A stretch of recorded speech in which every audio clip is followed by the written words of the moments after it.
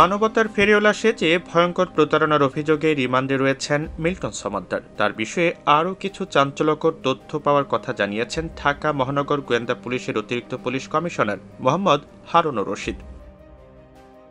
সোমবার ডিবি কার্যালয়ে সংবাদ সম্মেলনে ডিএমপি ডিবি প্রধান এসব কথা জানান। হারুনুর রশিদ জানান, মিল্টন সমাদ্দার মাদক সেবন করে আশ্রমে বৃদ্ধ ও বৃদ্ধাদের ব্যাপকভাবে মারধর করতেন।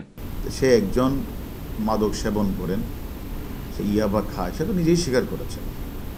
এবং তার যে অত্যাচারের মাত্রা, তার যে টর্চার সেল, আপনারা গণমাধ্যমে দেখেছেন যে পরিমাণ মানুষকে এই পিঠায়, এবং সে বাচ্চাগুলি, সে অনাথ বাচ্চা শিশু বা বৃদ্ধগুলি যেভাবে চিৎকার করে, এটা তো আমরা যোগাযোগ মাধ্যমে দেখেছি। আমি তো মনে করি একজন মাদকাসক্ত ছাড়া এভাবে মানুষকে পিটাতে পারে না, এবং সেটা স্বীকারও করেছে। এছাড়া প্রতারণা করে মিল্টন সমাদ্দার অনেক টাকা ব্যাংকে জমা করেছেন বলেও জানান গোয়েন্দা বিভাগের এই কর্মকর্তা। তবে মানব পাচারের ঘটনায় এখনও কোনো ক্লু পাওয়া যায়নি বলে জানান ডিবি প্রধান।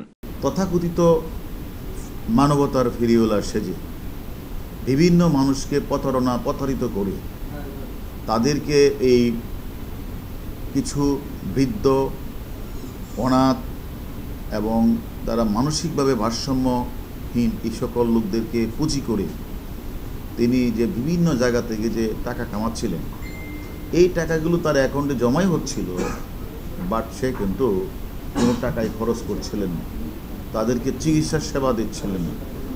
এবং সে কারণে তা আরও অনেক তথ্য আমরা পেয়েছি, যা ভয়াবহ তথ্য, লোমহর্ষ ঘটনা, যেগুলো আমরা পরে বলবো, তদন্ত চলছে। এদিকে মিল্টন সমাদ্দারের চাইল্ড অ্যান্ড ওল্ড এজ কেয়ারে থাকা বৃদ্ধ, শিশু ও অসুস্থ ব্যক্তিদের দায়িত্ব নিচ্ছে চট্টগ্রামের আলহাজ শামসুল হক ফাউন্ডেশন। ডিবির কাছে ফাউন্ডেশনের চেয়ারম্যান মোহাম্মদ নাসির উদ্দিন আগ্রহ প্রকাশ করলে সাময়িকভাবে তাকে দায়িত্ব বুঝিয়ে দেওয়া হয়।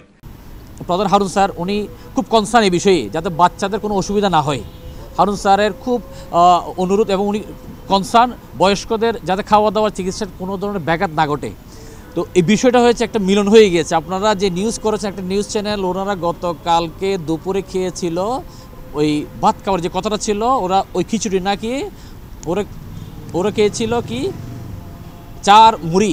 তো ওইটা দেখে আমাদের মনের মধ্যে ব্যথাটা অনুভব হয়েছে। এর আগে গত বুধবার রাতে রাজধানীর মিরপুর এলাকায় অভিযান চালিয়ে মিল্টন সমাদ্দারকে গ্রেফতার করে ঢাকা মহানগর গোয়েন্দা পুলিশ।